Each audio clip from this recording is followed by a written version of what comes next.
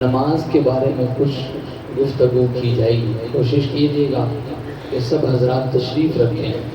رمضان کا آخری دن ہے تو کیوں نہ ہم اپنی نمازیں ٹھیک کر لیں۔ نماز دین اسلام کے ارکان میں سے کلمہ پڑھ لینے کے بعد سب سے اہم رکن ہے۔ نبی پاک صلی اللہ علیہ وسلم کی حدیث ہے، بخاری شریف کے اندر یہ حدیث موجود ہے۔ حضور صلی اللہ علیہ وسلم نے ارشاد فرمایا، صلو کما رأیتمونی اصلی، نماز ایسے پڑھو جیسے مجھے پڑھتے ہوئے دیکھا ہے۔ ایک صحابی آئے، ایمان نیا نیا قبول کیا تھا، ابھی نماز مکمل سیکھی نہیں تھی، سیکھ رہے تھے۔ مسجد میں آئے، نماز پڑھی، نماز پڑھ کے جانے لگے۔ حضور صلی اللہ علیہ وسلم نے روک لیا، رک جا بھائی، نماز نہیں پڑھی، نماز پڑھو۔ صحابی نے پھر دوبارہ نماز پڑھی، نماز پڑھ کے جانے لگے۔ حضور نے پھر روک لیا، تم نے نماز نہیں پڑھی، نماز پڑھو۔ حالانکہ نماز پڑھ چکے ہیں، لیکن حضور کیا فرما رہے، تم نے نماز نہیں پڑھی۔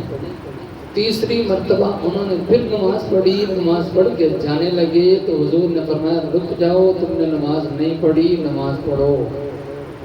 وہ کہنے لگے، اے اللہ کے نبی صلی اللہ علیہ وسلم، آپ ہی بتلا دیں کیا غلطی ہو رہی ہے، کیا مسٹیک ہو رہی ہے، آپ بتلا دیں۔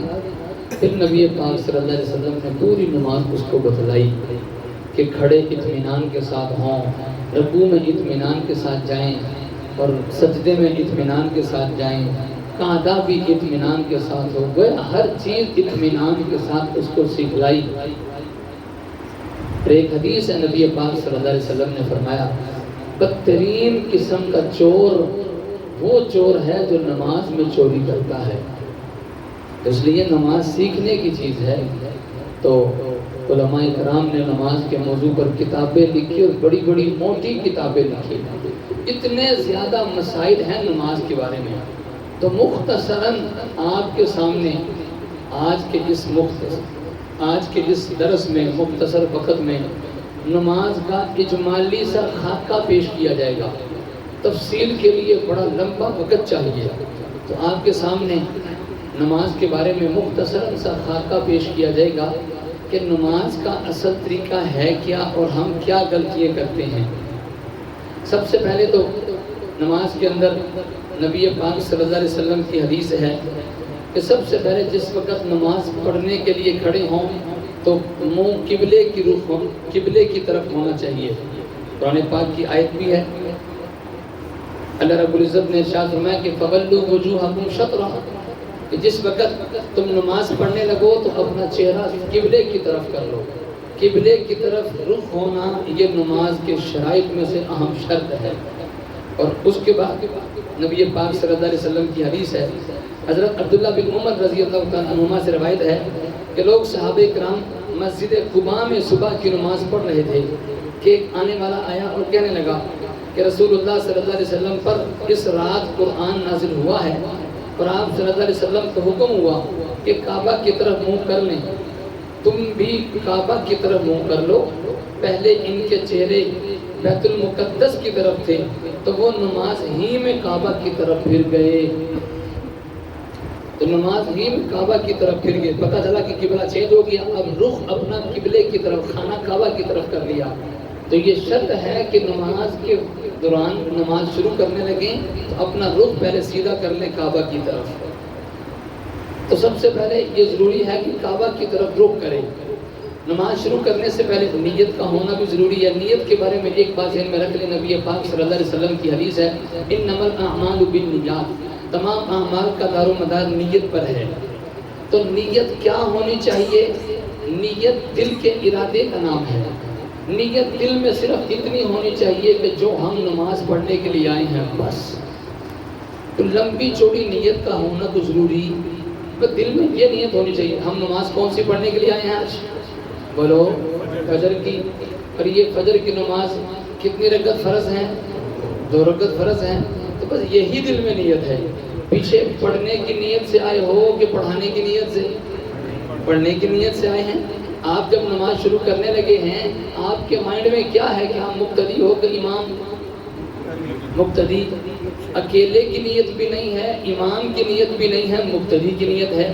تو یہ جو باتیں آپ کو بتلا رہا ہوں بس یہی دل میں ہونا کافی ہے. بس اگر کوئی اس کو زبان سے ادا کر لے تو حرج بھی کوئی نہیں ہے. حضرت شیخ عبد القادر جیلانی کی کتاب ہے بنیۃ الطالبین، اس کے اندر یہ بات موجود ہے کہ اگر کوئی زبان سے کر لے تو حرج بھی کوئی نہیں ہے، باقی دل میں نیت کا ہونا کافی ہے. اب دیکھو آپ کے سامنے جون سے بھی بات کروں گا اس کی دلیل پیش کروں گا، بغیر دلیل کے بات نہیں. حضرت امام اعظم ابو حنیفہ رحمۃ اللہ علیہ، انہوں نے صحابہ کرام کو دیکھا، صحابہ کرام کا زمانہ پایا. 40 سال تک امام اعظم ابو حنیفہ نے صحابہ کرام کا زمانہ پایا. آخری صحابی فوت ہوئے 120 ہجری میں، اور امام اعظم ابو حنیفہ پیدا ہوئے سن 80 ہجری میں. اب 80 ہجری میں امام صاحب پیدا ہوتے ہیں اور 120 ہجری میں آخری صحابی کا انتقال ہوتا ہے. تو کتنے سال صحابہ کرام کا زمانہ پایا؟ 40 سال. تو انہوں نے صحابہ کرام کو نماز پڑھتے بھی دیکھا، اور صحابہ نے اور تابعین نے امام اعظم ابو حنیفہ کو نماز پڑھتے ہوئے دیکھا. ایک مرتبہ حج کرنے کے لیے گئے، مکہ میں نماز پڑھ رہے تھے مسجد حرام میں. وہاں کے لوگوں نے امام صاحب کو نماز پڑھتے ہوئے دیکھ کر کہا خدا کی قسم حضور کی نماز بالکل اس طرح کی تھی جیسے یہ نماز پڑھ رہے ہیں نا، حضور کی نماز بالکل ایسے تھی. تو جو ہم نماز پڑھتے ہیں نماز حنفی، یہ دراصل نماز محمدی ہے حضور کی نماز. ہمیں بتلائی صحابہ کرام سے پوچھ کر امام اعظم ابو حنیفہ نے، اس وجہ سے اس کو نماز حنفی کہہ دیا جاتا ہے. ورنہ یہی نماز حنفی ہے، یہی نماز صدیقی ہے، یہی نماز عمر والی ہے، یہی نماز عثمان والی ہے، یہی نماز علی والی ہے، یہی نماز صحابہ والی ہے، اور یہی نماز حضور والی ہے. اس لیے سب سے پہلی بات تو آپ کے سامنے یہ رکھی. اور اسی طرح جس وقت نماز شروع کریں، نماز شروع کرتے وقت سب سے پہلے ہم نے ہاتھ اٹھانے ہیں کانوں تک. کہاں تک ہاتھ اٹھانے ہیں؟ ذہن میں رکھنا.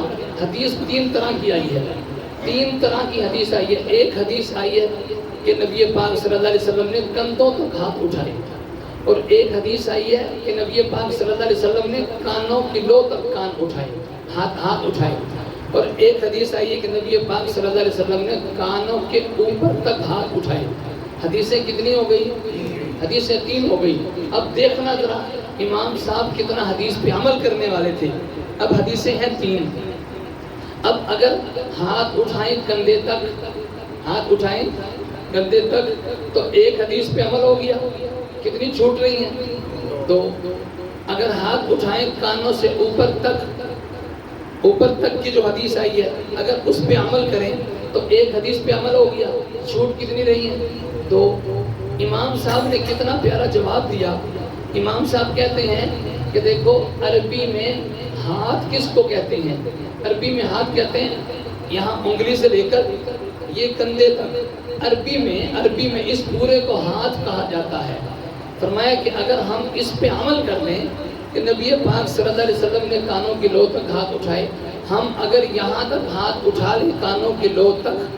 اب دیکھو کانوں کی لو تک والی حدیث پر بھی عمل ہو گیا، اور ہمارے ہاتھ کندھے تک بھی ہیں کہ نہیں ہیں؟ ہمارے ہاتھ کندھے تک بھی ہیں. چونکہ یہ سارا کا سارا ہاتھ ہے تو اس پر بھی عمل ہو گیا.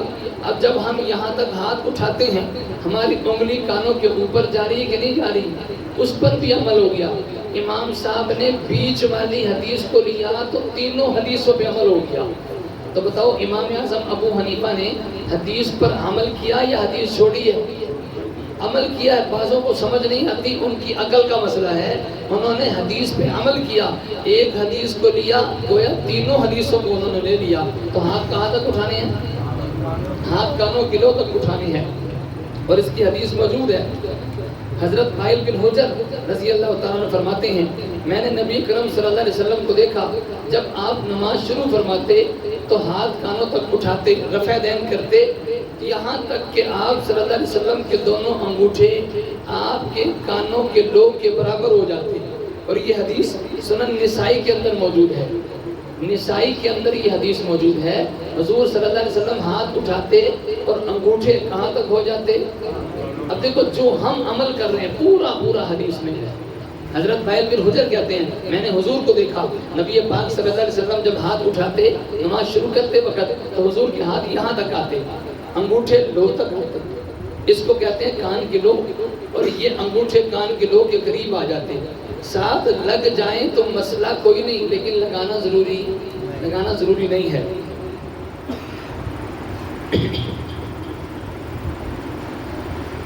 نبی پاک صلی اللہ علیہ وسلم ہاتھ اٹھاتے نماز شروع کرتے وقت یہاں تک، اور صرف ہاتھ شروع میں ہی اٹھانے ہیں، رفع دین شروع میں ہی کرنا ہے۔ اس کی حدیث موجود ہے، حضرت عبداللہ بن عمر اور حضرت عبداللہ بن عباس رضی اللہ تعالیٰ عنہما سے مروی ہے کہ نبی کریم صلی اللہ علیہ وسلم نے ارشاد فرمایا 7 مقامات پر ہاتھوں کو اٹھایا جائے، ان میں سے ایک شروع نماز میں ہے، ان میں سے ایک بقیہ کچھ مقامات ہیں حج کے موقع پر، کہاں ہاتھ اٹھا کے دعا کرنی ہے، کہاں ہاتھ اٹھا کے دعا کرنی ہے۔ فرمایا کہ 7 موقعوں پر ہاتھ اٹھائے جائیں، ان میں سے ایک موقع نماز شروع کرتے وقت ہے۔ تو ہم نماز شروع کرتے وقت رفع دین کیوں کرتے ہیں؟ حدیث میں موجود ہے، نبی پاک صلی اللہ علیہ وسلم نے کیا، حضور کا مستقل امر ہے نماز شروع کرتے وقت ہاتھ اٹھانا، اس لیے ہم ہاتھ اٹھاتے ہیں۔ اس کے بعد ہاتھ کانوں تک اٹھا لیے، ہاتھ اٹھانے کے بعد کیا کرتے ہیں؟ بولو، ہاتھ اٹھا لیے، اس کے بعد کیا کرنا ہے؟ ہاتھوں کو باندھ لینا ہے۔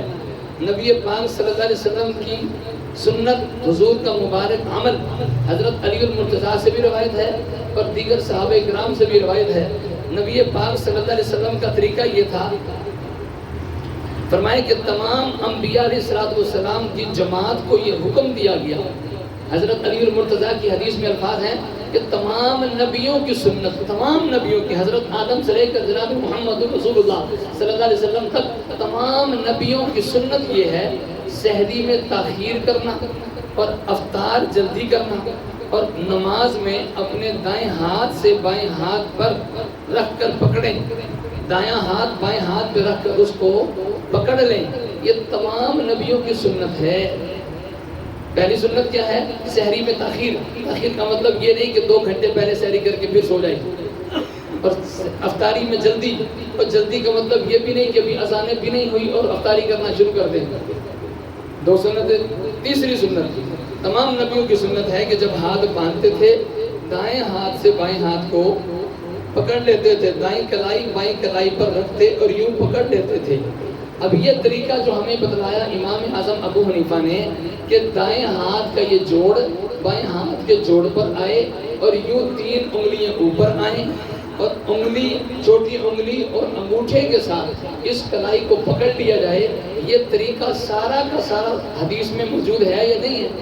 میں حدیث سنا رہا ہوں آپ کو کہ حضرت عبداللہ ابن عباس فرماتے ہیں کہ تمام نبیوں کی سنت ہے سحری تاخیر سے کرنا، افطاری جلدی کرنا، دائیں ہاتھ کو بائیں ہاتھ پہ رکھ کے پکڑ لینا، اور یہ حدیث صحیح ابن حبان حدیث کی کتاب ہے، اس کے اندر یہ حدیث موجود ہے۔ اس کے بعد ہاتھ پکڑ لیے، رکھنے کہاں پر ہیں؟ ناف کے نیچے۔ کہاں پہ رکھنے ہیں؟ جب ہاتھ باندھنے ہیں تو رکھنے کہاں پہ ہیں؟ ناف جانتے ہو نا، ما یقال له فی اللغۃ الپنجابیہ، تو نی، سمجھ آ گئی ہے؟ تو نی کے نیچے ہاتھ رکھنے ہیں، اور یہ تمام نبیوں کی سنت ہے۔ نبی پاک صلی اللہ علیہ وسلم کی سنت ہے۔ حضرت وائل بن حجر رضی اللہ تعالیٰ عنہ فرماتے ہیں کہ میں نے نبی اکرم صلی اللہ علیہ وسلم کو دیکھا، آپ نماز میں دائیں ہاتھ کو بائیں ہاتھ پر ناف کے نیچے رکھا کرتے تھے۔ آگی حضور کی حدیث، اور یہ حدیث مصنف ابن ابی شیبہ امام بخاری کے استاد ہیں، امام بخاری کے استاد ابو بکر ان کا نام ہے، ان کی کتاب کا نام مصنف ابن ابی شیبہ، یہ 9 جلدوں میں کتاب ہمارے پاس لائبریری میں موجود ہے۔ نبی پاک صلی اللہ علیہ وسلم کی سنت تھی کہ حضور ہاتھ کہاں باندھتے تھے؟ بولو، ناف کے نیچے۔ اب بعض لوگ غلطی کرتے ہیں، ناف کے اوپر کو باندھ رہے ہیں، مرد حضرات ہو کر سینے پہ ہاتھ باندھ رہے ہیں۔ سینے پہ ہاتھ حضور صلی اللہ علیہ وسلم نے پوری زندگی میں ایک مرتبہ بھی نہیں باندھے۔ سینے پہ ہاتھ باندھنا کس کا طریقہ ہے؟ عورتوں کا۔ کس کا طریقہ ہے؟ عورتوں کا۔ اور عورتوں کی نماز اور مردوں کی نماز میں تھوڑا سا فرق ہے، ٹھیک ہے؟ فرق، عورتیں ہاتھ سینے پہ باندھتی ہیں اور مرد ہاتھ ناف پہ باندھتے ہیں، اور اسی طرح عورتیں جب رکوع کرتی ہیں ان کے لیے زیادہ جھکنا ضروری نہیں، بس اتنا جھکے کہ ہاتھ گھٹنے کو لگ جائیں، اور مردوں کے لیے اتنا جھکے کہ کمر اور سر برابر بیلنس ہو جائے۔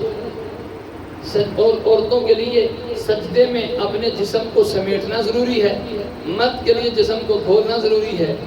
یہ فرق سمجھ آ رہے کہ نہیں آ رہے؟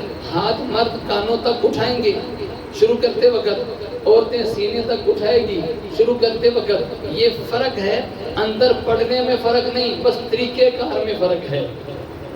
اب آپ کو کچھ لوگ ملیں گے، نبی پاک صلی اللہ علیہ وسلم نے فرمایا کہ نماز تو ایسے پڑھو جیسے مجھے پڑھتے ہوئے دیکھا ہے، لہٰذا مردوں اور عورتوں کی نماز میں کوئی فرق نہیں۔ بات ذہن میں رکھنا، مردوں اور عورتوں کی نماز میں فرق ہے۔ حضور صلی اللہ علیہ وسلم نے فرمایا نماز ایسے پڑھو جیسے مجھے پڑھتے ہوئے دیکھا ہے۔ حضور کو نماز پڑھتے ہوئے عورتوں نے دیکھا ہے یا صحابہ نے؟ صحابہ نے۔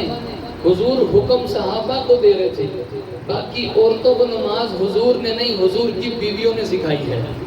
عورتوں کو نماز تو عورت سکھاتی ہے نا، عورتوں کو نماز حضور نے نہیں، عورتوں کو نماز حضور کی بیویوں نے سکھائی ہے۔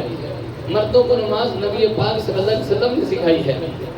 تو مردوں کے لیے طریقہ کیا ہے؟ ہاتھ باندھے ناف کے، ہاتھ ناف کے نیچے باندھے، ہاتھ ناف کے اوپر باندھیں گے، سنت کے خلاف ہے، اور اسی طرح ہاتھ سینے پر باندھیں گے، یہ بھی سنت کے خلاف ہے۔ ہاتھ باندھ لیے، اس کے بعد کیا کرنا ہے؟ سب سے پہلے ثنا پڑھنی ہے۔ ہاتھ باندھنے کے بعد سب سے پہلے سبحانک اللہم وبحمدک وتبارک اسمک وتعالی جدک ولا الہ غیرک، یہ ہے سب سے پہلے ثنا پڑھنی ہے۔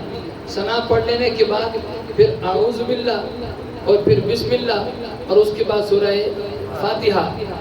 بعض لوگ مسئلہ بھول جاتے ہیں، پھر پوچھتے ہیں اعوذ باللہ کہاں پڑھنی ہے، بسم اللہ کہاں پڑھنی ہے، کہاں پڑھنی ہے کہاں نہیں پڑھنی۔ ہاتھ باندھ لیے ناف کے نیچے، اور پھر سب سے پہلے ثنا پڑھیں، اور اس کے بعد اعوذ باللہ پڑھیں، اس کے بعد بسم اللہ پڑھیں، اور اس کے بعد پوری سورہ فاتحہ پڑھیں۔ سورہ فاتحہ پڑھنے کے بعد پھر بسم اللہ پڑھیں، اور پھر اس کے بعد ساتھ دوسری سورت پڑھیں۔ بات سمجھ آ رہی ہے کہ نہیں آ رہی؟ میں سارا طریقہ ترتیب سے ایک ایک چیز آپ کو سمجھا رہا ہوں۔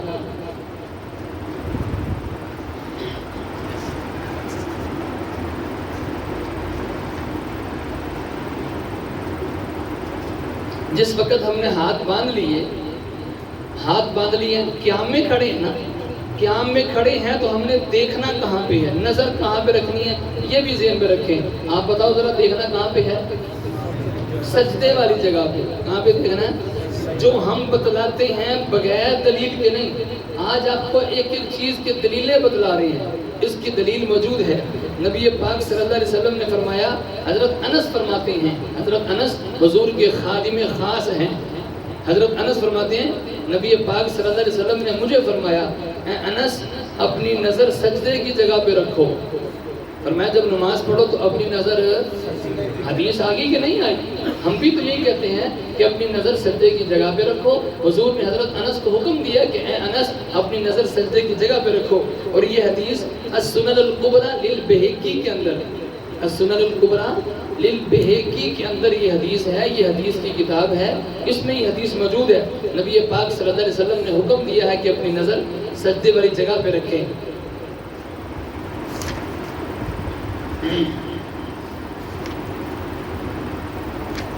جی، تو ہاتھ باندھنے کے بعد ثنا کے بعد اعوذ باللہ، پھر اس کے بعد بسم اللہ، اور اس کے بعد سورہ فاتحہ، اس کے بعد پھر بسم اللہ اور ساتھ دوسری سورت پڑھی جائے گی۔ دوسری سورت پڑھ لی، اب اللہ اکبر کہتے ہوئے رکوع میں چلے جانا ہے۔ رکوع میں جانے کا طریقہ آپ کو بتلا چکا ہوں۔ مرد کے لیے اتنا جھکنا ضروری ہے کہ سر اور کمر برابر ہو جائے اور گھٹنوں کو مضبوطی سے پکڑیں، اور رکوع میں جاتے ہوئے صرف تکبیر کہنی ہے، ہاتھوں کو کانوں تک نہیں اٹھانا، ہاتھوں کو کانوں تک صرف شروع میں اٹھانا ہے، اس کے علاوہ کہیں پر بھی نہیں اٹھانا۔ حدیث موجود ہے نبی پاک صلی اللہ علیہ وسلم کی، صحابہ کرام کی، تابعین کی، بے شمار لوگوں کی حدیثیں اور ان کا عمل موجود ہے۔ ایک بات ذہن میں رکھیے، ہماری جو نماز جو ہم پڑھتے ہیں، یہ نماز فرض تو ہوئی تھی معراج کے موقع پر، ایسے ہی ہے، اور اس میں چینجنگ ہوتی رہی ہے۔ پہلے حکم کچھ اور تھا، بعد میں حکم کچھ اور آ گیا، پہلے حکم کچھ اور تھا، بعد میں حکم کچھ اور آ گیا۔ اب اس میں چینجنگ ہوتی رہی ہے، تبدیلیاں ہوتی رہی ہیں۔ اب جو کام پہلے تھا چھوڑ کے حضور نے دوسرا شروع کر دیا اللہ کے حکم سے۔ اب یہ بتائیں ہم پہلے والا لیں گے کہ بعد والا لیں گے؟ ہم بعد والا۔ امام بخاری نے ایک اصول ذکر کیا اپنی کتاب بخاری شریف میں کہ حضور صلی اللہ علیہ وسلم کے 2 عمل ہیں، ایک عمل پہلے والا، ایک عمل بعد والا۔ ہم پہلے والے کو نہیں لیں گے، بعد والے عمل کو لیں گے۔ پہلا چھوڑ دیا نا، ایک کام پہلے کرتے تھے چھوڑ دیا، ایک کام بعد میں شروع کیا۔ پہلے والے عمل کو منسوخ کہیں گے، وہ ختم ہو چکا، اب ہم اس کو نہیں لیں گے۔ حدیث ضرور ہوگی، حدیث ہوگی، ہمیں حدیث سے ہی پتہ چلے گا حضور نے یہ بھی کیا ہے، لیکن اس پر عمل نہیں کریں گے۔ حدیث میں نبی پاک صلی اللہ علیہ وسلم نماز کے اندر چلے بھی ہیں، نماز پڑھ رہے ہیں، چلے ہیں، دوران نماز دروازہ کھولا ہے، دروازہ کھٹکا، حضور نے کنڈی کھولی، نماز کے اندر چلے بھی رہے ہیں۔ حدیث میں ہے پہلے نماز میں بولتے بھی تھے، باتیں بھی کرتے تھے۔ کوئی آتا نماز پڑھنے کے لیے، جماعت ہو رہی ہوتی، وہ پوچھتا تھا کہ بتاؤ بھائی کون سی رکعت چل رہی ہے؟ وہ بتاتا پہلی چل رہی ہے، دوسری چل رہی ہے، تو یہ پہلے اپنی پڑھتا تھا پھر ساتھ شریک ہوتا تھا۔ اب دیکھو نماز میں باتیں ہو رہی ہیں نا، تو نماز میں پہلے چلنا پھرنا بھی جائز تھا، نماز میں باتیں کرنا بھی جائز تھا، لیکن بعد میں حکم آ گیا قوموا للہ قانتین، بس اب عاجزی کے ساتھ آرام کے ساتھ کھڑے ہو جاؤ، بولنا بھی بند ہو گیا، چلنا بھی بند ہو گیا۔ اب جس حدیث میں ہے حضور چلے تھے، آپ کے سامنے کوئی حدیث لے کر آ جائے اور دیکھو جی حضور چلے تھے لہذا ہم بھی چلیں گے، تو کیا چلنا شروع کر دیں گے؟ آپ اس کو کیا کہو گے؟ بولو، آپ کہو نا کہ یہ حکم پہلے کیا، حضور چلیں یا پہلے چلیں ہیں، بعد میں منع آ گیا، بعد میں حضور رک گئے، بعد میں نہیں چلے، تو ہم پہلے والے عمل کو اسے کو آپ حدیث پیش کرتے ہو سر آنکھوں پہ۔ ہم حدیث کو ماننے والے ہیں، ہم حدیث کا انکار نہیں کریں گے۔ حدیث سر آنکھوں پہ حضور کی بات آ جائے گی، بات ہی کوئی نہیں ہے، لیکن یہ عمل پہلے کا ہے، بعد کا عمل اور ہے۔ بات سمجھ آ رہی ہے؟ اسی طرح الیاس صاحب ذہن میں رکھنا، اسی طرح نبی پاک صلی اللہ علیہ وسلم، اللہ کو جزائے خیر دے، میں روز آپ کو دیکھتا رہوں، کئی حضرات ایسے ہیں کہ جو پورے رمضان میں بڑی پابندی کے ساتھ اس کورس رمضان کورس میں تشریف لاتے رہے ہیں۔ اللہ سب کو، ہمارے یہ محترم جناب محمد بوٹا صاحب اور اسی طرح دیگر حضرات، کافی میں حضرات کو، جناب محمد سعید صاحب ہیں نا، کافی حضرات پورے رمضان میں بڑی پابندی کے ساتھ آتے رہے، اللہ سب کو جزائے خیر عطا فرمائے۔ مجھے رات ایک ساتھی کہہ رہا تھا، کہتا یہ پہلا رمضان گزرا ہے کہ جس میں میں نے پورے رمضان با جماعت ساری تراویح ادا کیا۔ میں نے کہا الحمدللہ، جن کا رمضان اس طرح کا گزرا ہو ان کی عید بھی کمال کی، مزیدار تو عید بھی ان کی ہوتی ہے۔ تو اللہ آپ کو جزائے خیر عطا فرمائے۔ دیکھو یہ سیکھنے کا موقع ہے، ہم اگر سیکھ لیں گے تو ہماری نمازیں ٹھیک ہو جائیں گی۔ نبی پاک صلی اللہ علیہ وسلم نے حدیث میں ہے رکوع میں جاتے ہوئے رفع دین کیا ہے، حدیث میں ہے رکوع سے اٹھتے ہوئے نبی پاک صلی اللہ علیہ وسلم نے رفع دین کیا ہے۔ بخاری شریف کے اندر حدیث ہے، دیگر کتابوں کے اندر حدیث موجود ہے، لیکن ساتھ ہی دوسری حدیث حضرت عبداللہ بن مسعود رضی اللہ تعالیٰ عنہ کی حدیث، یہ نسائی کے اندر بھی موجود ہے، ابن ماجہ کے اندر بھی موجود ہے، ترمذی کے اندر بھی موجود ہے، اسی طرح شرح معانی الآثار طحاوی کے اندر بھی موجود ہے، دیگر کافی زیادہ کتابوں میں یہ حدیث موجود ہے۔ حضرت عبداللہ بن مسعود رضی اللہ تعالیٰ عنہ اپنے شاگردوں کو نماز سکھا رہے تھے، نماز سکھاتے ہوئے کہنے لگے کہ کیا میں تمہیں حضور صلی اللہ علیہ وسلم جیسی نماز نہ سکھاؤں؟ نبی پاک صلی اللہ علیہ وسلم نے پھر وہ فرماتے ہیں کہ حضور نے نماز پڑھائی، حضور نے نماز اس طرح پڑھائی، سارا طریقہ بتلا رہے ہیں، اور فرماتے ہیں کہ نبی پاک صلی اللہ علیہ وسلم نے نماز کے شروع میں رفع دین کیا، پھر رکوع میں جاتے اور رکوع سے اٹھتے ہوئے حضور نے رفع دین نہیں کیا۔ یہ حدیث حضرت عبداللہ ابن مسعود کی ترمذی کے اندر یہ موجود ہے، ترمذی جلد نمبر 1 اس کے اندر یہ حدیث موجود ہے۔ حضرت عبداللہ بن مسعود کی نبی پاک صلی اللہ علیہ وسلم نے شروع میں رفع دین کیا، اس کے بعد رفع دین نہیں کیا۔ حضرت براء بن عازب سے بھی حدیث موجود ہے، نبی پاک صلی اللہ علیہ وسلم نے شروع میں رفع دین کیا، اس کے بعد رفع دین نہیں کیا۔ اب آپ کے سامنے اگر کوئی حدیث پیش کرے کہ نبی پاک صلی اللہ علیہ وسلم نے رفع دین کیا، آپ اس کو ہم بھی مانتے ہیں کیا، وہ کہیں کہ حضور نے رکوع میں جاتے ہوئے کیا، ہم مانتے ہیں کیا ہے. وہ کہتے ہیں رکوع سے اٹھتے ہوئے کیا ہے، ہم مانتے ہیں کیا ہے. ہم مانتے ہیں کیا ہے، لیکن ساتھ ہی آپ چھوڑ دینے کی بھی دکھا دو کہ نبی پاک صلی اللہ علیہ وسلم نے رفع دین چھوڑ بھی دیا ہے. باتیں سمجھ آ رہی ہیں؟ حضور نے کیا ہے، ہم مانتے ہیں کیا ہے. حضور نے چھوڑ دیا، اس کو بھی تو ماننا چاہیے نا.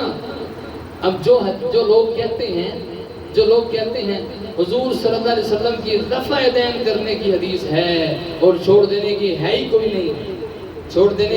کوئی نہیں. اب بتاؤ وہ ساری حدیثوں کو مان رہے ہیں کہ آدھی کو مان رہے ہیں؟ ہم ساری کو مانتے ہیں. ہم کہتے ہیں کرنے کی بھی ہے اور چھوڑ دینے کی بھی ہے. مانو تو صحیح نا کہ حدیثیں موجود ہیں، کرنے کی بھی موجود ہے اور چھوڑ دینے کی بھی. باقی عمل کس پہ کریں گے؟ جو بعد والا عمل ہے اس پہ کر لو. بعد والا عمل یہ ہے کہ حضور صلی اللہ علیہ وسلم نے رفع دین چھوڑ دیا. یہ حدیث آپ کے سامنے جو میں نے ابھی پڑھی، حضرت عبداللہ بن مسعود رضی اللہ تعالیٰ عنہ نے ایک بار فرمایا، کیا میں رسول اللہ صلی اللہ علیہ وسلم کی نماز کے بارے میں تمہیں بتاؤں؟ راوی کہتے ہیں کہ حضرت عبداللہ بن مسعود کھڑے ہوئے اور پہلی مرتبہ تکبیر تحریمہ کے وقت رفع دین کیا، پھر دوبارہ پوری نماز میں رفع دین نہیں کیا. چلیں تھوڑی سی حدیث آپ کو اور سناؤں. حضرت علی رضی اللہ تعالیٰ عنہ کی حدیث بھی ہے، حضرت برا بن عازب کی ہے، حضرت عبداللہ بن عمر کی ہے، حضرت ابو ہریرہ کی ہے، حضرت ابو ہریرہ وغیرہ. اسی طرح حضرت ابو سلمہ بن عبد الرحمن. ان حضرات کے جو صحابہ کرام کے میں نے نام لیے ہیں خلفائے راشدین، ان سارے حضرات کی حدیثیں موجود ہیں کہ نبی پاک صلی اللہ علیہ وسلم صرف شروع میں رفع دین کرتے تھے، پھر رکوع میں جاتے، رکوع سے اٹھتے ہوئے رفع دین. اب جو حضرات کرتے ہیں ہم کیا کرتے ہیں؟ لوگ ہمیں آگے بتاتے ہیں فلاں کرتا ہے، فلاں کرتا ہے، فلاں کرتے ہیں تو کرتے رہیں. حدیث میں آ گیا نبی پاک صلی اللہ علیہ وسلم نے شروع میں رفع دین کیا، بعد میں رکوع میں جاتے، رکوع سے اٹھتے ہوئے رفع دین پہلے کیا، بعد میں چھوڑ دیا. صحابہ کی امانت اور دیانتداری تو دیکھو. انہوں نے حضور کو کرتے ہوئے دیکھا، بیان کر دیا حضور نے کیا ہے. انہوں نے حضور کو چھوڑتے ہوئے دیکھا، انہوں نے بیان کر دیا کہ حضور نے چھوڑ دیا ہے. یاسر صاحب، جب بھی کبھی گفتگو ہو، ڈسکس ہو، آپ کے سامنے کوئی کہے کہ نبی پاک صلی اللہ علیہ وسلم نے رفع دین کیا ہے، آپ سمپل سی بات کریں اسے کو، یار کیا ہمیشہ ہے یا چھوڑ بھی دیا ہے؟ وہ کہے گا ہمیشہ کیا ہے، اسے کو ہمیشہ کی ایک حدیث لے آنا. ٹھیک ہے نا؟ اسے کو حدیث تلاش کرو. میں ذرا کراچی جا رہا ہوں، واپسی بھی آپ سے آ کے ملوں گا. جب آپ کو ہمیشہ کی حدیث مل گئی تو میرے پاس آ جانا. اسے کہنا رات کے 12 بھی بجے ہوں، دروازہ کھٹکھٹا کے کہ یاسر صاحب باہر آ جو حدیث مل گئی ہے. تو ہمیشہ کی مل جائے تو مجھے دکھا دینا. ہم ضد پر اڑنے والے نہیں ہیں، ہم ماننے والے لوگ ہیں. حدیث سامنے آ جائے گی فوراً مان دیں گے کہ نبی پاک صلی اللہ علیہ وسلم نے رفع دین کیا ہے. لیکن یاد رکھنا ہمیشہ کی ملے گی، کیونکہ حضور نے ہمیشہ کیا ہی نہیں ہے. بیچ میں ایک بات رہ گئی، دو باتیں بیچ میں رہ گئی کہ جس وقت ہم قیام کی حالت میں کھڑے نا، ہاتھ باندھ کے ناف کے نیچے ہاتھ باندھے ہوئے ہیں، تو سب سے پہلے ثنا پڑھنی ہے. اس کے بعد بولو اعوذ باللہ، اس کے بعد بسم اللہ، پھر سورہ فاتحہ، پھر بسم اللہ اور اگلی سورت. یہ ساری ترتیب میں نے بتلائی ہے نا. یہ فاتحہ صرف امام پڑھے گا. فاتحہ صرف امام پڑھے گا، یا جو اکیلا نماز پڑھ رہا ہے وہ پڑھے گا. جو امام کے پیچھے مقتدی ہے اس کے لیے فاتحہ پڑھنا ضروری نہیں ہے، بلکہ اس کے لیے خاموش رہنا ضروری ہے. حدیث موجود ہے، حضرت ابو ہریرہ رضی اللہ تعالیٰ عنہ فرماتے ہیں کہ حضور صلی اللہ علیہ وسلم نے ارشاد فرمایا، امام اس لیے بنایا جاتا ہے کہ اس کی اتباع کی جائے، اس کی پیروی کی جائے. جب وہ تکبیر کہے تم بھی تکبیر کہو، جب وہ قرات کرے تو تم خاموش رہو. حضور فرما رہے ہیں امام اس لیے بنایا جاتا ہے، جب وہ تکبیر کہے تم بھی تکبیر کہو، اور جب وہ قرات کرے تم خاموش رہو. جب وہ قرات کرے تم خاموش رہو، اور جب وہ غیر المغضوب علیہم ولا الضالین کہے تو تم آمین کہو. اب دیکھو، جب قرات کرنی ہے تو کیا کرنا ہے؟ ہم نے خاموش رہنا ہے. قرات کرنی ہے تو کیا کرنا ہے؟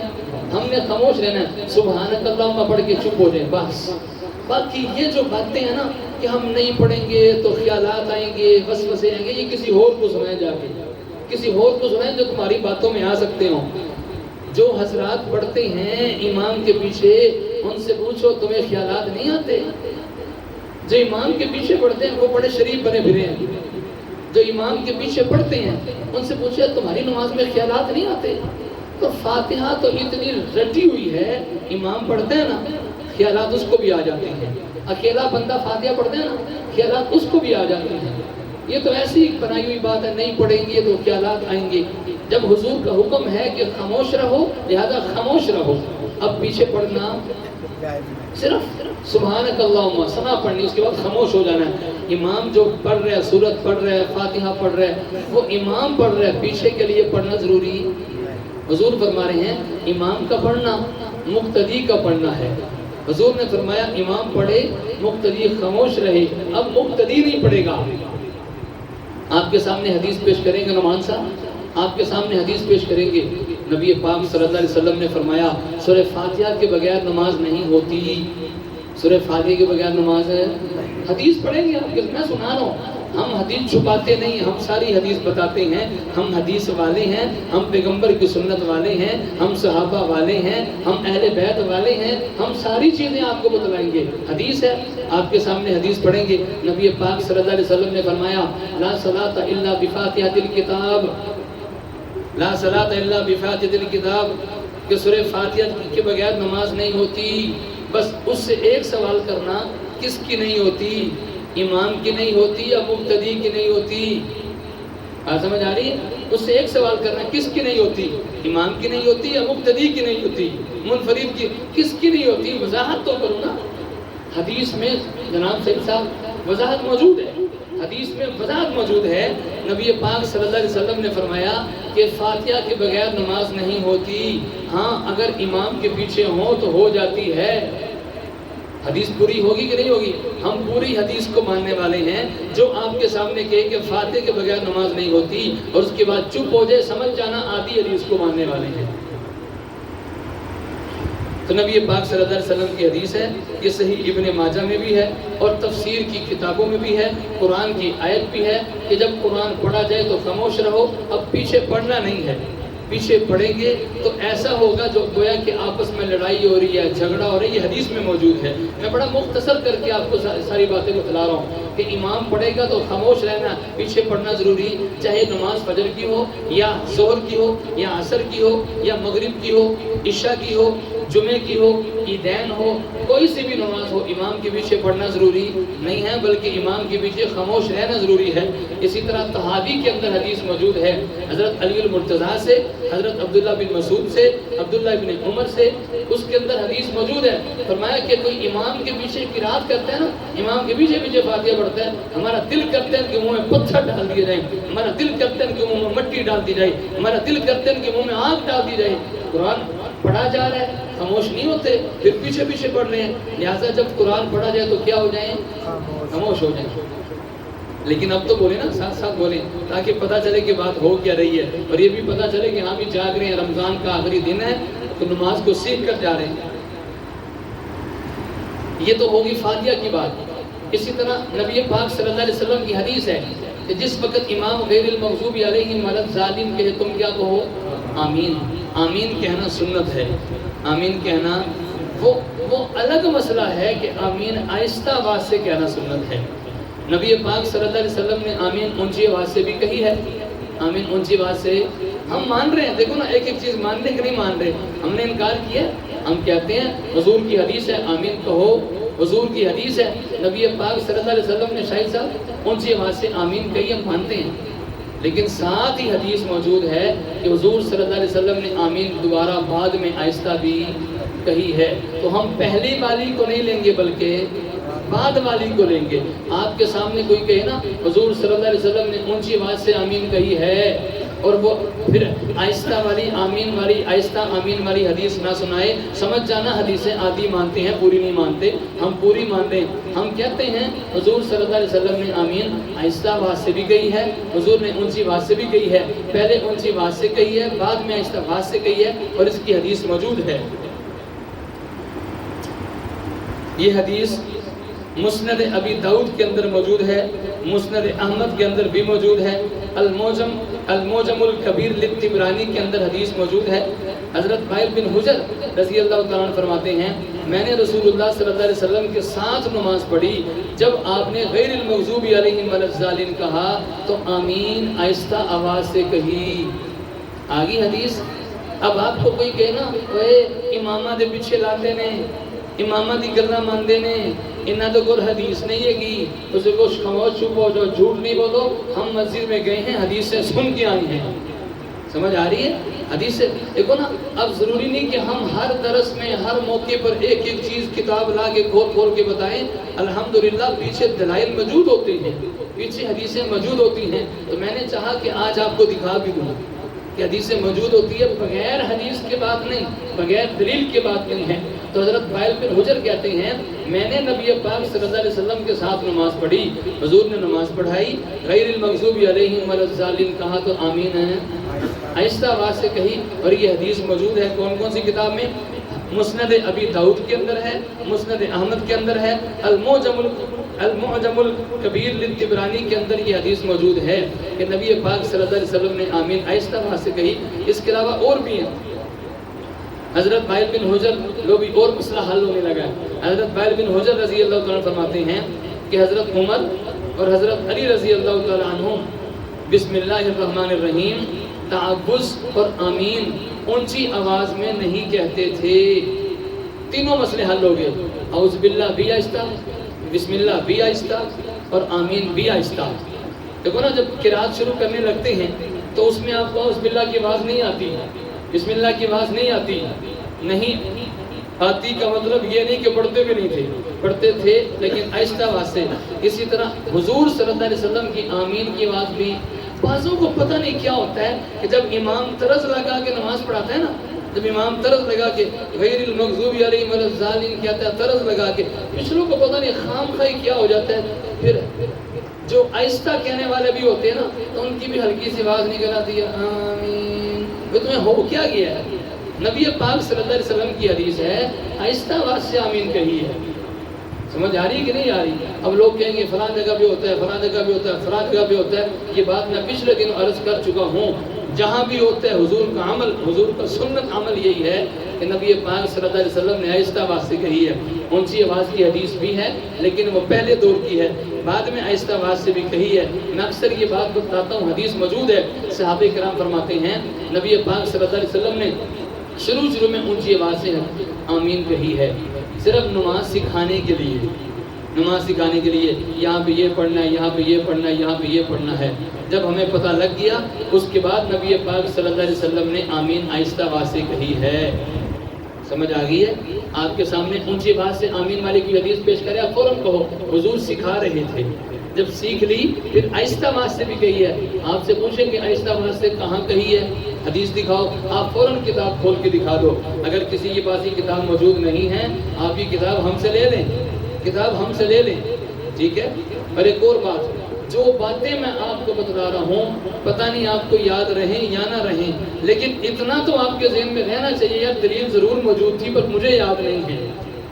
آپ کی کسی سے ڈسکس ہو، کسی سے بات چیت ہو، آپ کے ذہن میں اس وقت پتہ نہیں دلیل رہے یا نہ رہے، لیکن یہ بات ضرور ذہن میں رہنی چاہیے یار مولوی صاحب نے بتائی ضرور تھی، سانو یاد نہیں کی، ساڈا دھیان ہور کتے ہونا ہے، اسی بھول گئے سی، ہو سکتا ہے جی اخلاقی سی، کچھ بھی ہو سکتا ہے، مولوی صاحب نے دسی ضرور سی پر سانو یاد ہے۔ آپ نے پتہ کیا کرنا ہے، پھر فوراً آ جانا ہمارے پاس، ٹینشن آپ نے گھبرانا نہیں ہے، آپ نے فوراً ہمارے پاس آ جانا ہے۔ ہم نے مسجد کے آگے والا کمرہ جو ہے نا آپریشن تھیٹر ہم نے یہ بنایا ہوا ہے، آپ فوراً ہمارے پاس آنا، ہم اندر سے اسلحہ نکال کے آپ کو ہر چیز دکھائیں گے۔ اور سمجھ آ رہی ہے؟ پھر اسلحے سے مراد ہاں جی کتابیں ہیں، اس آپ غلط نہ لے جانا، لے مولوی صاحب نے کمرے سے اسلحہ چھپایا ہوا ہے، جا کے سارے نے دسو یہ مولوی صاحب دہشت کرنے یعنی اندر اسلحہ چھپایا ہوا ہے، بھئی ہمارے پاس یہی اسلحہ ہے، ہمارے پاس یہی اسلحہ ہے۔ نبی پاک صلی اللہ علیہ وسلم کی احادیث ہیں، پیغمبر کے فرمان ہیں، صحابہ کرام کے فرمان ہیں، قرآن کی آیتیں، بہترین اسلحہ ہے، اس کا توڑ ہی کوئی نہیں۔ تو کہاں تک پہنچے تھے ہم؟ قیام کی حالت میں کھڑے ہیں، ثنا بھی پڑھ لی، ہاتھ ناف کے نیچے باندھ لیے، اور باندھنے اس انداز سے ہیں کہ دائیں ہاتھ کو بائیں ہاتھ پہ رکھ کے پکڑ لینا ہے، ثنا بھی پڑھ لی، تعوذ، تسمیہ، فاتحہ، اگلی صورت بھی پڑھ لی، رکوع میں چلے گئے، رکوع میں جانے کا انداز یہ ہے کہ جب رکوع میں جائیں تو سر اور کمر بالکل بیلنس ہونا چاہیے اور گھٹنے مضبوطی سے پکڑے ہوئے ہوں، اور رکوع میں جا کے پڑھنا کیا ہے؟ سبحان ربی العظیم 3 مرتبہ پڑھ لیں، 5 مرتبہ پڑھ لیں، 7 مرتبہ پڑھ لیں، 9 مرتبہ پڑھ لیں، کوئی پابندی نہیں ہے، لیکن بہتر ہے کہ تاک مرتبہ پڑھیں، تاک ہونے چاہیے، سنت طریقہ یہ ہے۔ باقی امام کے لیے بہتر یہ ہے کہ 3 مرتبہ پڑھے، اس سے زیادہ امام جب سلام پھیر کے اپنی پڑھے نا تو جتنی مرضی لمبی کرے، لیکن جس وقت نماز ہو رہی ہے نا جماعت کی، اس وقت زیادہ لمبی نہیں کرنی چاہیے۔ بعض لوگ کہتے ہیں فلاں مسجد نماز پڑھی نے بڑی لمبی پڑھائی، میں کہ سنت کے خلاف پڑھائی۔ بخاری شریف میں حدیث ہے، نبی پاک صلی اللہ علیہ وسلم نے فرمایا کہ جب تم نماز جماعت کی پڑھاؤ تو مختصر شارٹ کٹ پڑھاؤ، زیادہ لمبی ہاں جب اپنی پڑھو نا، اپنی پڑھو اس وقت لمبی پڑھ کے دکھاؤ ذرا، اس وقت لمبی نہیں پڑھتے، اور جب جماعت کی پڑھا رہے ہیں اس وقت لمبی کرتے ہیں، اس وقت مختصر کرنی چاہیے، جب اپنی پڑھے پھر لمبی کریں گے۔ اب رکوع سے اٹھے، رکوع سے اٹھتے ہوئے کیا کہنا ہے؟ ہاتھ نہیں اٹھانا، یہ بات میں بتلا چکا ہوں، ہاتھ صرف شروع میں اٹھانے ہیں بس۔ رکوع سے اٹھنا ہے، سمیع اللہ لمن حمیدہ، امام کہے گا سمیع اللہ لمن حمیدہ، مقتدی کہیں گے ربنا لک الحمد، اور اگر یہ اکیلا ہی پڑھ رہا ہے تو پھر یہ دونوں کام خود ہی کرے گا، امام والا بھی اور مقتدی والا بھی، یہ خود ہی کہے گا سمیع اللہ لمن حمیدہ اور خود ہی کہے گا ربنا لک الحمد۔ اس کے بعد اس نے چلے جانا ہے سجدے میں، سجدے میں جانا ہے نا، رکوع سے اٹھا، رکوع سے اٹھنے کے بعد 1-2 سیکنڈ کے لیے کھڑا ہوا، جس کو قوما کہتے ہیں، قومے کے بعد سیدھا کہاں چلا گیا؟ سجدے میں۔ سجدے میں جانے کا طریقہ کیا ہے؟ میں چند دن پہلے 2-3 لوگوں کو دیکھا کہ وہ غلطی کر رہے تھے سجدے میں جانے کے لیے۔ ممکن ہے کہ بھئی ان کی کوئی مجبوری ہو، بیمار آدمی ہو، معذور آدمی ہو، لیکن سننا ذرا نبی پاک صلی اللہ علیہ وسلم کے سجدے میں جانے کا طریقہ۔ حضور صلی اللہ علیہ وسلم جب سجدے میں جاتے تھے تو پہلے گھٹنے زمین پہ رکھتے تھے، سمجھ آ رہی ہے؟ کھڑے ہیں نا، کھڑے ہیں، جب سجدے میں جانا تو سب سے پہلے کیا رکھنا ہے؟ گھٹنا۔ کیا کہتے ہیں اس کو آپ کے زبان میں؟ گوڈا۔ آپ سمجھ آئی ہے؟ اس کو گوڈا کہتے ہیں، پنجابی میں، اردو میں کہتے ہیں گھٹنا۔ تو سب سے پہلے گھٹنا رکھتے تھے، اس کے بعد حضور صلی اللہ علیہ وسلم ہاتھ رکھتے تھے، اس کے بعد حضور صلی اللہ علیہ وسلم اپنا چہرہ مبارک اپنی پیشانی زمین پہ رکھتے تھے۔ ہم ایسے ہی کرتے ہیں نا بھئی، ایسے ہی کرتے ہیں، کیوں رضا صاحب اندر آ جاؤ، ہم اسی طرح کرتے ہیں نا لحاظ صاحب، سب سے پہلے گھٹنا، پھر ہاتھ اور پھر چہرہ، یہ حضور صلی اللہ علیہ وسلم کا عمل ہے۔ اب سننا ذرا، حدیث موجود ہے، حضرت وائل بن حجر رضی اللہ تعالیٰ عنہ سے مروی ہے کہ رسول اللہ صلی اللہ علیہ وسلم جب سجدہ کرتے تو ہاتھوں سے پہلے اپنے گھٹنے زمین پر رکھتے تھے، اور یہ حدیث صحیح ابن خزیمہ کے اندر موجود ہے۔ صحیح ابن، دیکھو کتنی حدیث کی کتابیں ہیں، ہم صرف 2-4 کے نام ہی جانتے ہیں اور باقیوں کو تو ہم جانتے بھی نہیں ہیں، حالانکہ اتنی حدیث کی کتابیں موجود ہیں۔ ایک جو رٹ لگائی ہوتی ہے نا، صرف بخاری سے ہونی چاہیے، بخاری سے ہونی چاہیے، بھئی یہ کہاں پہ لکھا ہے کہ حضور کی حدیث صرف بخاری والی ماننی ہے؟ یہ تو ایسے ہی ہے، کوئی کہے کہ میں فلاں آیت مانوں گا تو صحیح، لیکن شرط یہ ہے کہ یہ پہلے سپارے میں ہونی چاہیے، دوسرے میں ہوئی تو نہیں مانوں گا، تیسرے میں ہوئی تو نہیں مانوں گا۔ بھئی کوئی سے بھی سپارے میں ہو ماننی چاہیے نا حدیث، کوئی سے بھی حدیث کی کتاب میں حدیث ماننی چاہیے۔ حدیث ماننے کے لیے ہوتی ہے، انکار کے لیے نہیں ہوتی۔ لوگ فوراً انکار کر دیتے ہیں، ان کے سامنے حدیث پڑھو گے نا وہ فوراً انکار کر دیں گے، صحیح نہیں ہے گی، ضعیف ہے یہ، فلاں مسئلہ ہے گیا، سمجھ آ رہی ہے؟ اپنی بات بڑی مضبوط ہے، نبی کی بات کو ضعیف کہہ کے ٹھکرا دیا جاتا ہے۔ اس لیے حدیث کسی بھی کتاب میں ہو، حدیث ماننی چاہیے، شرائط ہوں صحیح والی، اس کو ماننی چاہیے، صحابہ کا عمل اس پہ ہے تو یہ حدیث کے صحیح ہونے کی علامت ہوتی ہے، لہذا اس کو ماننا چاہیے۔ تو یہ آپ کے سامنے عمل آ گیا۔ حضرت وائل بن حجر کہتے ہیں نبی پاک صلی اللہ علیہ وسلم جب سجدہ کرتے تو ہاتھوں سے پہلے اپنے گھٹنے زمین پہ رکھتے، تو سب سے پہلے کیا رکھنے چاہیے؟ گھٹنے زمین پہ رکھنے چاہیے۔ ہاں اگر کوئی مجبوری ہے، بیماری ہے، کوئی عذر ہے تو پھر اس وقت گنجائش ہے، اس وقت گنجائش ہے، امر مجبوری۔ جی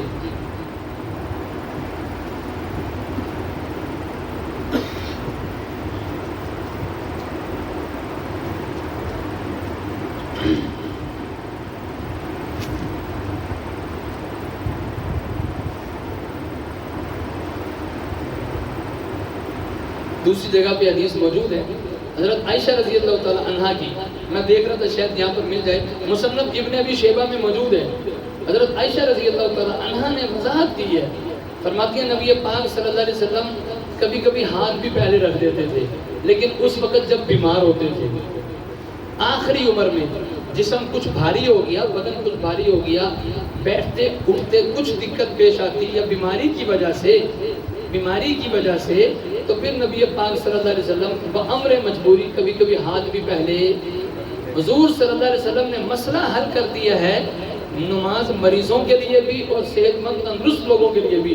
اگر تو مریض ہیں تو ہاتھ پہلے رکھ لو، اگر کوئی بھی آپ کو ہاتھ پہلے رکھتا ہوا نظر آتا ہے یا سمجھ جانا بیمار آدمی ہے، ٹھیک ہے نا، کیا سمجھ جانا، اور مریض آدمی بیچارہ بیمار آدمی ہے، یہ تندرست آدمی نہیں ہے۔ تندرست آدمی کی نماز یہی ہے کہ پہلے کیا رکھے، پہلے گھٹنے رکھے۔ اگر کوئی بیمار ہے، بوڑھا ہے، مجبور آدمی ہے، معذور آدمی ہے، اس کے لیے گنجائش ہے کہ وہ ہاتھ رکھ سکتا ہے۔ اچھا، سجدے میں جانا اس انداز سے ہے، پہلے گھٹنا پھر ہاتھ پھر چہرہ، اور جب اٹھنا ہے تو اس کے الٹ، پہلے چہرہ پھر ہاتھ اور پھر گھٹنے۔ سمجھ آ گئی ہے؟ جاتے ہوئے جو طریقے ہیں نا، اس کا الٹ آتے ہوئے ہے، پہلے چہرہ پھر ہاتھ پھر گھٹنے، یہ اٹھنے کا طریقہ ہے۔ دو سجدے ہو گئے، اب دو سجدے کرنے کے بعد اب ہم بیٹھ جائیں قعدے میں۔ پوری نماز نہیں آپ کو میں بتلا رہا کہ اب آپ نے کہنا بھی ایک رکعت ہو گیا پھر دوبارہ کھڑے ہو جاؤ، میں پوری نماز نہیں بتلا رہا۔ ایک رکعت پڑھی، اس کے بعد دو رکعتوں والی نماز ہے تو دوسری رکعت بھی پوری کر لو، اس کے بعد قعدہ آئے گا نا، اب ہم نے قعدے میں بیٹھنا ہے۔ قعدے میں بیٹھنے کا طریقہ یہ ہے، جب قعدے میں بیٹھنا ہے اس کا طریقہ یہ ہے، اپنے ہاتھوں کو کہاں پہ رکھیں، اپنے ران پہ رکھیں، نہ زیادہ آگے کرنے ہیں نہ زیادہ پیچھے کرنے ہیں، اپنے رانوں کے حساب سے رکھیں، اور رکھنے کے بعد ہاتھوں سے، ہاتھوں کی انگلی سے اشارہ، اس کو حرکت نہیں دینی، اس کو حرکت نہیں دینی، بس اپنے حال پہ ہی اس کو چھوڑے رکھیں، اپنے حال پہ چھوڑے رکھیں، اس کو حرکت نہیں دینی۔ اور بیٹھنا کیسے ہے، بیٹھنے کا طریقہ یہ ہے، یہ بایاں پاؤں جو ہے نا، بایاں پاؤں بچھا کر اس کے اوپر بیٹھیں اور دایاں پاؤں کھڑا رکھیں۔ حدیث موجود ہے، ایک ایک چیز کی حدیث موجود ہے، آپ بیٹھو تو صحیح، آپ وقت دیں، میں آپ کو حدیثیں سنانے کے لیے تیار ہوں انشاءاللہ۔ اللہ نے چاہا تو تھکیں گے نہیں، آپ کو ایک ایک چیز کی حدیث بتلائیں گے۔ نبی پاک صلی اللہ علیہ وسلم بایاں پاؤں بچھا کے اوپر بیٹھتے اور دائیں پاؤں کو کھڑا رکھتے، اور پاؤں مڑا ہوا ہوتا، انگلیاں قبلے کی جانب ہوتی تھی۔ ایک ایک چیز حدیث میں موجود ہے۔ حضرت عبداللہ بن عمر رضی اللہ تعالیٰ عنہ فرماتے ہیں، نماز کی سنت یہ ہے تشہد میں دایاں پاؤں کھڑا رکھیں اور بایاں پاؤں بچھائیں، دایاں پاؤں کھڑا رکھیں اور بایاں پاؤں بچھائیں۔ اب دیکھو طریقہ موجود آ گیا نا، دایاں پاؤں کھڑا رکھنا ہے اور بایاں پاؤں بچھانا ہے، اس کے اوپر بیٹھنا ہے۔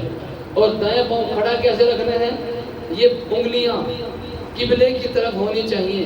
دیکھیں اگر کوئی شخص کہتا ہے میرے سے زیادہ دیر تک موڑا نہیں جاتا، میرے پاؤں کا مسئلہ، بامر مجبوری کی نماز کا طریقہ اور ہے۔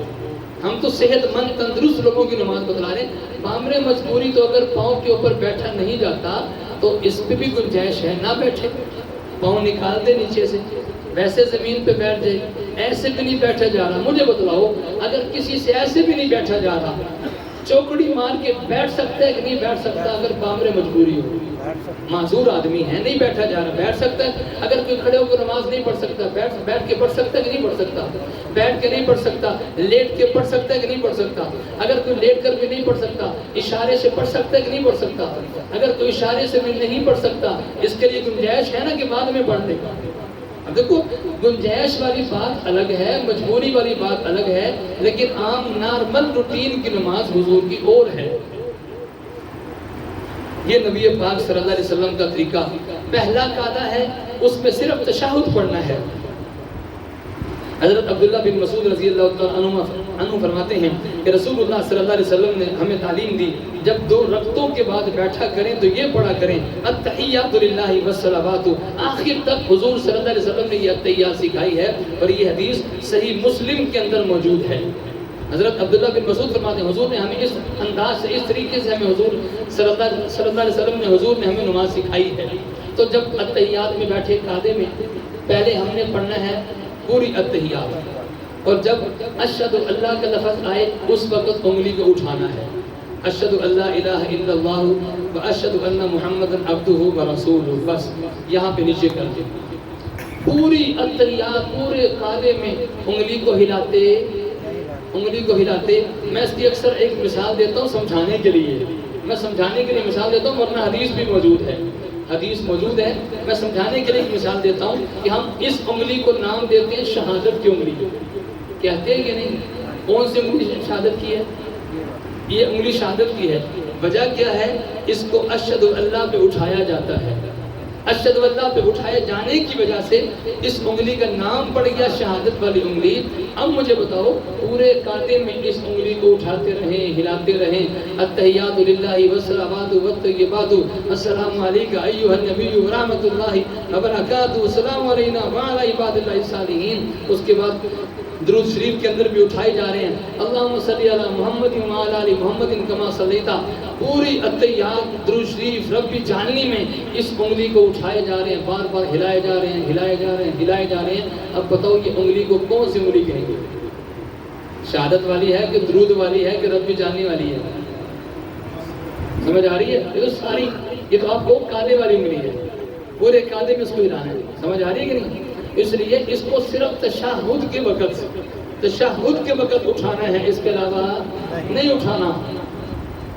اب حدیث پیش کریں گے، نبی پاک صلی اللہ علیہ وسلم نے فرمایا کہ جب آپ انگلی کو ہلاؤ گے تو اس سے شیطان کو چوٹ لگتی ہے، شیطان کو تکلیف ہوتی ہے، شیطان بھاگتا ہے۔ اور پہلا کیا کہتے ہیں ہم انگلی کو ہلا کے شیطان کو، ہم کہتے ہیں دھیان سے نماز پڑھ لو، شیطان اسی سے بھاگ جائے گا۔ شیطان نے تمہیں آرے لایا ہوا ہے، ہلائی رکھو، شیطان نے آرے لگایا ہوا ہے، دھیان سے نماز پڑھو، شیطان ویسے ہی بھاگ جائے گا۔ اب حدیث سنو ذرا، یہ بات ایسے نہیں کہہ رہے، حضور کی حدیث کی وجہ سے کہہ رہے ہیں، حدیث ہے۔ حضرت عبداللہ بن زبیر رضی اللہ تعالیٰ عنہ سے روایت ہے، نبی کریم صلی اللہ علیہ وسلم اپنی انگلی سے اشارہ کرتے تھے، اسے حرکت نہیں دیتے تھے۔ سنن نسائی کے اندر حدیث موجود ہے، سنن نسائی جلد نمبر 1 صفحہ نمبر 187 پر حدیث موجود ہے۔ صحابی کیا فرماتے ہیں؟ عبداللہ بن زبیر صحابی رسول ہیں، حضور صلی اللہ علیہ وسلم کے بڑے چہتے صحابی ہیں، حضور کے بڑے قریبی رشتہ دار ہیں۔ عبداللہ بن زبیر حضرت اسما، حضور صلی اللہ علیہ وسلم کی سالی اسما، اس کے بیٹے عبداللہ بن زبیر ہیں۔ فرماتے ہیں کہ میں نے حضور صلی اللہ علیہ وسلم کو دیکھا، حضور انگلی سے اشارہ کرتے تھے، حرکت، اشارہ کرنا ایک مرتبہ ہوتا ہے، حرکت کرنا کیا ہوتا ہے؟ بار بار ہلائی جانا۔ تو اس لیے جب بیٹھے ہوں تو صرف اشارہ کرنا ہے، حرکت، اشارہ کہاں کرنا میں بتلا چکا ہوں، جہاں پہ اشہد اللہ کا لفظ آئے وہاں پہ اشارہ کرنا ہے۔ اس کے بعد ہاتھوں کو آپ نے اپنے، اچھا بعض لوگ پوچھتے ہیں انگلی اٹھانے کے بعد ہاتھ کو کیسے رکھنا ہے؟ اس میں اختیار ہے، سارے آپشن موجود ہیں۔ آپ اسی طرح جیسے آپ نے یہ بنائی ہوئی تھی نا انگلی اٹھانے کے لیے، آپ اسی طرح رکھ دیں، پوری قاعدے میں اسی طرح رکھیں، ہاتھ سیدھا کر کے رکھ دیں، دونوں طرح کے اختیار ہے۔ مسئلہ سمجھ آ گیا؟ ہاتھ اسی طرح رکھیں تو بھی ٹھیک ہے، اور اسی ہاتھ بالکل سیدھا ہی کر کے رکھ دیں تو بھی ٹھیک ہے، اس پہ کوئی ایسی لڑائی جھگڑے کی بات نہیں ہے۔ اب پوری اتحیات ہو گئی، درود شریف ہو گئی، اسی طرح ربی جاننی کچھ ضروری نہیں کہ یہی دعا پڑھنی ہے، اس کے علاوہ کوئی اور دعا پڑھنا چاہیں پڑھ سکتے ہیں، قرآن کی کوئی سی بھی دعا پڑھنا چاہیں پڑھ سکتے ہیں۔ اس کے بعد سلام پھیرنا ہے، پہلے دائیں جانب پھر بائیں جانب۔ صحابی فرماتے ہیں میں نبی پاک صلی اللہ علیہ وسلم کے پیچھے کھڑا تھا، نبی پاک صلی اللہ علیہ وسلم نے سلام پھیرا، پہلے دائیں جانب پھیرا اور پھر بائیں جانب پھیرا، اتنا چہرہ پھیرا کہ بس حضور کے چہرے کی سفیدی نظر آئی تھی، پورا نہیں پھیرنا، پیچھے ہی تک دیکھنا شروع کر دیں کیڑا پیچھے آیا ہوا ہے، ٹھیک ہے نا؟ ایسے نہیں کرنا، اتنا اپنے کندھے پہ نظر رکھیں، بس سلام پھیرتے وقت ہے اپنے کندھے پہ نظر رکھیں، جب اپنے کندھے پہ نظر رکھیں گے پچھلے کو چہرے کی سفیدی ہلکا سا رخسار نظر آ جائے گا۔ یہ حدیث موجود ہے۔ حضرت عبداللہ بن مسعود رضی اللہ تعالیٰ فرماتے ہیں میں نے رسول اللہ صلی اللہ علیہ وسلم کو دیکھا، آپ ہر اونچ نیچ قیام قادہ وغیرہ میں تکبیر کہتے اور دائیں بائیں سلام پھیرتے تھے اور فرماتے تھے السلام علیکم ورحمۃ اللہ، السلام علیکم ورحمۃ اللہ، یہاں تک کہ آپ کے گالوں کی سفیدی نظر آتی تھی۔ وہی بات جو میں نے بتلائی حدیث میں موجود ہے۔ اور فرماتے ہیں میں نے حضرت ابو بکر اور حضرت عمر کو بھی دیکھا، وہ بھی ایسے ہی کرتے تھے۔ صحابہ ہیں، انہوں نے ایسے ہی کرنا ہی ہے، جو حضور کو دیکھا انہوں نے ایسے ہی کرنا ہے۔ یہ نبی پاک صلی اللہ علیہ وسلم کا مبارک عمل تھا۔ اب ہم سلام تک پہنچ چکے ہیں۔ یہ آپ کے سامنے میں نے مختصر حضور صلی اللہ علیہ وسلم کی حدیث کا خاکہ پیش کیا ہے کہ جس وقت سورج طلوع ہو رہا ہو اس وقت کوئی بھی نماز نہیں قابل قبول نہیں، لہذا اتنے منٹ کے بعد نماز فجر قضا پڑھیں، یہ بھی حدیث میں موجود ہے۔ اعلان کرنا موجود نہیں ہے۔ کبھی آپ کہیں کہ دکھائیں نبی پاک صلی اللہ علیہ وسلم نے ایسے اعلان کیا ہو کھڑے ہو کر اسپیکر میں، بھئی ایسی بات نہیں ہے۔ لیکن یہ جو بات ہے کہ اس وقت میں نماز قابل قبول نہیں، ترمذی شریف جلد اول کے اندر حدیث موجود ہے کہ جس وقت سورج طلوع ہو رہا ہو اس وقت کوئی سی بھی نماز قابل قبول نہیں، اور آپ یہی بات رمضان کورس کے اندر پڑھ چکے ہیں کہ یہ مکروہ وقت ہے، اس وقت میں کوئی بھی نماز قابل قبول نہیں ہے، لہٰذا 15-20 منٹ کے بعد پھر نماز جو قضا رہ گئی ہے یا کچھ اور پڑھنا ہے وہ بعد میں پڑھیں گے، اس وقت میں نہیں پڑھ سکتے۔